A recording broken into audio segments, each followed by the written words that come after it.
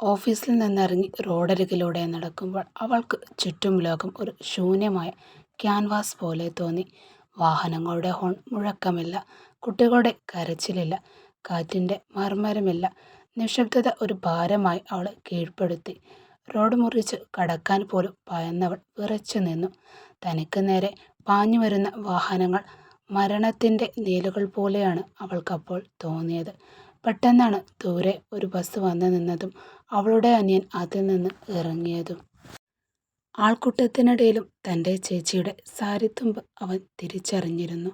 ആവേശത്തോടെ അടുത്തേക്ക് ഓടി വന്നവൻ ചേച്ചിയുടെ മുഖത്തെ വിളർച്ച കണ്ട് അമ്പരന്നു. അവളുടെ കാതുകളിൽ അവൻ ആദ്യം തൊട്ടു. അവൻ ആംഗ്യഭാഷയിൽ അവളോടായി ചോദിച്ചു, ചേച്ചി, നിന്റെ ഹിയറിംഗ് എയ്ഡ്? അവൾ പതുക്കെ തൻ്റെ വിറയ്ക്കുന്ന കൈകൾ നിവർത്തി. കൈവെള്ളയിൽ ചിതറിപ്പോയ യന്ത്രത്തിൻ്റെ അവശിഷ്ടങ്ങൾ അവന് കാട്ടിക്കൊടുത്തു. ആരോ മനഃപൂർവ്വം ചവിട്ടി മിടിച്ചതുപോലെ ആ രൂപം കണ്ടപ്പോൾ അവൻ്റെ കണ്ണുകൾ ഈറനണിഞ്ഞു. ആരാ ചേച്ചി ഇത് ചെയ്തത്? അവൻ ദേഷ്യത്തോടെയും സങ്കടത്തോടെയും ആംഗ്യം കാട്ടി അവളോട് ചോദിച്ചു. അവൾ വിതുമ്പലടക്കി പതുക്കെ പറഞ്ഞു, കണിമംഗലം. പിന്നീട് തൻ്റെ ബാഗിലിരുന്ന 30,000 രൂപ കാണിച്ച് അവൻ തുടർന്നു. അവിടെ മാനേജർ അറിയാതെ തട്ടിയപ്പോൾ താഴെ വീണതാടാ. അദ്ദേഹം തന്നെയാണ് ഈ പണം തന്നതും. സത്യം അതല്ലെന്ന് അവൻ്റെ കുഞ്ഞു മനസ്സ് മന്ത്രിച്ചെങ്കിലും അവനൊന്നും അവളോടായി ചോദിച്ചില്ല. അവളുടെ കൈകൾ ചേർത്ത് പിടിച്ചുകൊണ്ട് അവൻ നടന്നു. നഷ്ടപ്പെട്ട ആ ശബ്ദലോകം അവൾക്ക് തിരികെ നൽകാൻ ഒരു ഷോപ്പിലേക്ക് അവൻ അവളെ നയിച്ചു കൊണ്ടുപോയി. പുതിയ ഹിയറിംഗ് എയ്ഡ് കാതുകളിൽ വെച്ചപ്പോൾ വീണ്ടും സംഗീതം പോലെ ലോകം അവളിലേക്ക് ഒഴുകിയെത്തി. ആ ആശ്വാസത്തോടെ അവർ രണ്ടുപേരും അടുത്തുള്ള ചെറിയ കടയിലേക്ക് കയറി. അവിടെ ആ സഹോദരങ്ങളുടെ സ്നേഹത്തിന് മുന്നിൽ ലോകം വീണ്ടും മനോഹരമായി തുടങ്ങി. പിന്നീട് അവർ നേരെ പോയത് നഗരത്തിലെ പ്രശസ്തമായ ആ ഒപ്റ്റിക്കൽ ഷോപ്പിലേക്കാണ്. അച്ഛൻ എത്ര കാലമായി ആ പഴയ കണ്ണടയും വെച്ച് കഷ്ടപ്പെടുന്നു. ആകെ പൊട്ടിയിട്ടുണ്ട്. അവിടെ നിന്നും ഏറ്റവും നല്ല ഒരു കണ്ണട തന്നെ അവൾ അച്ഛനായി തിരഞ്ഞെടുത്തു. പിന്നീട് അനിയനും അച്ഛനും വേണ്ടി നല്ല 2 ഷർട്ടുകളും മുണ്ടുകളും വാങ്ങി അവൾ. അമ്മയ്ക്ക് കോട്ടൺ സാരികളോടാണ് എന്നും പ്രിയം. അമ്മയുടെ ഇഷ്ടനിറമായ മജന്തയിൽ തന്നെ 2 സാരികൾ കണ്ടപ്പോൾ അവൾക്ക് സന്തോഷമായി. പിന്നെ ചേച്ചിക്കൊരു പെർഫ്യൂമും. ഇതെല്ലാം വാങ്ങി കഴിഞ്ഞ് ബാഗ് തുറന്ന് നോക്കിയപ്പോൾ വെറും 10,000-ൻ്റെ അടുത്തമേ രൂപയെ ബാക്കിയുള്ളൂ. അവൾ നേരെ കാവച്ചേരിക്കുള്ള ബസ്സിൽ കയറി. അവൾക്ക് സീറ്റ് കിട്ടിയത് തന്നെ ബസ്സിലെ ജനാലയ്ക്ക് ഇരുന്നാണ്. അവൾ പുറത്തേക്ക് നോക്കുമ്പോൾ ഓരോ കാഴ്ചയും പുതിയൊരു നിറമുള്ളതുപോലെ തോന്നി. ഏകദേശം 15 മിനിറ്റ് കഴിഞ്ഞപ്പോൾ തന്നെ കണ്ടക്ടർ വിളിച്ചു പറഞ്ഞു, മാളൂസ് ബേക്കറി ഇറങ്ങാൻ ഉള്ളവരുണ്ടോ? Maloos bakery and cool bar. അതായിരുന്നു അവളുടെ അച്ഛൻ്റെ ഹരീന്ദ്രൻ്റെ ഏറ്റവും പ്രിയപ്പെട്ട ലോകം. കടയുടെ മുന്നിൽ വൈകുന്നേരത്തെ ചായയും കുടിച്ച് കുശലം പറഞ്ഞിരിക്കുന്ന സ്ഥിരം ആളുകളുണ്ട്. ഹരീന്ദ്രൻ അവർക്കിടയിലിരുന്ന് എന്തോ ഗൗരവമായി സംസാരിക്കുകയാണ്.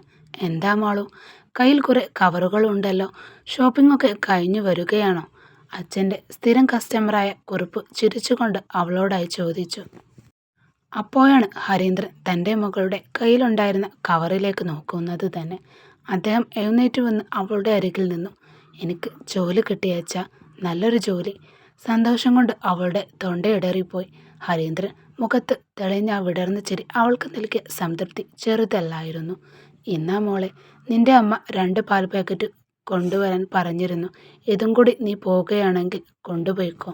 അച്ഛനോട് ജോലി കിട്ടിയ കഥയെല്ലാം പറഞ്ഞ് ഒരു ലൈമും 2 പപ്സും തിന്നിട്ടവൾ വീട്ടിലേക്ക് തിരിയാൻ നേരം അവൾ പറഞ്ഞു, ഇന്ന് കട നേരത്തെ അടച്ചു വരണേ അച്ഛാ, നമുക്ക് കുറെ കാര്യങ്ങൾ പറയാനുണ്ട്.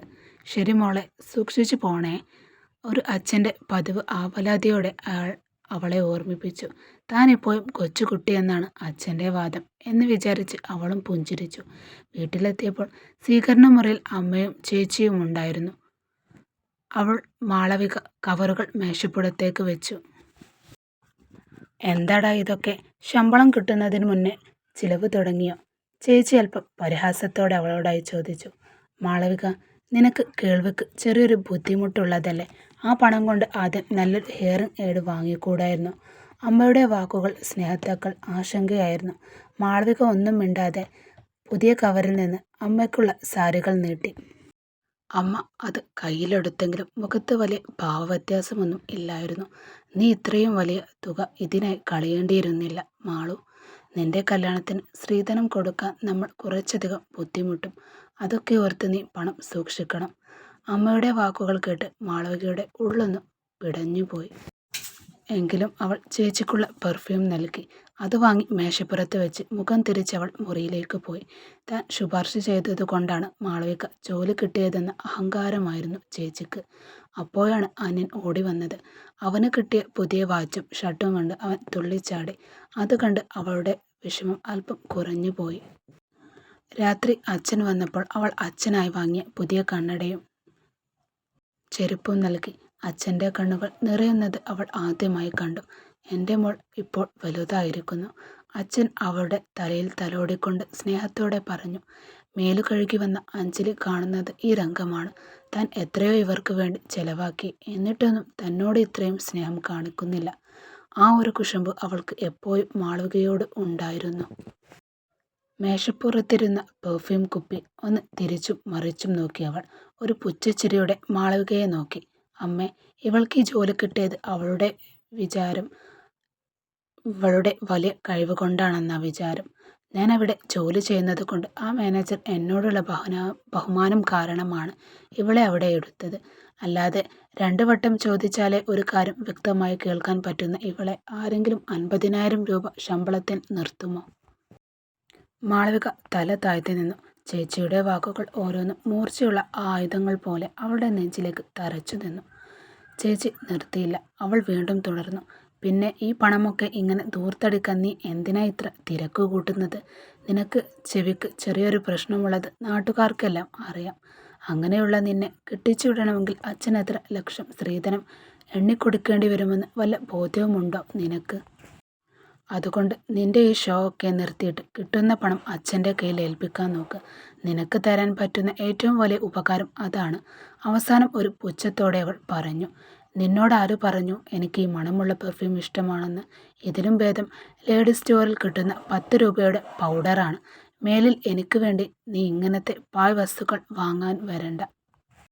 പെർഫ്യൂം കുപ്പി മേശപ്പുറത്ത് ശബ്ദത്തോടെ വെച്ച് മാളവികയുടെ മറുപടിക്ക് കാത്തു നിൽക്കാതെ ചേച്ചി തൻ്റെ മുറിയിലേക്ക് നടന്നു. പെട്ടെന്ന് അവൾ അത് എടുത്തുകൊണ്ട് പറഞ്ഞു. അല്ലെങ്കിൽ ഇത് നമ്മുടെ കമ്പനിയിലെ വാച്ച്മാന് കൊടുക്കാം. അഞ്ജലി വീണ്ടും അവളെ തരം താഴ്ത്തിക്കൊണ്ട് സംസാരിച്ചു. അമ്മക്ക് യാതൊരു ഭാവവ്യത്യാസവും അപ്പോഴും ഉണ്ടായിരുന്നില്ല. എന്നാൽ അച്ഛൻ സാരമില്ല എന്ന് പറഞ്ഞ് അവളെ സമാധാനിപ്പിച്ചു.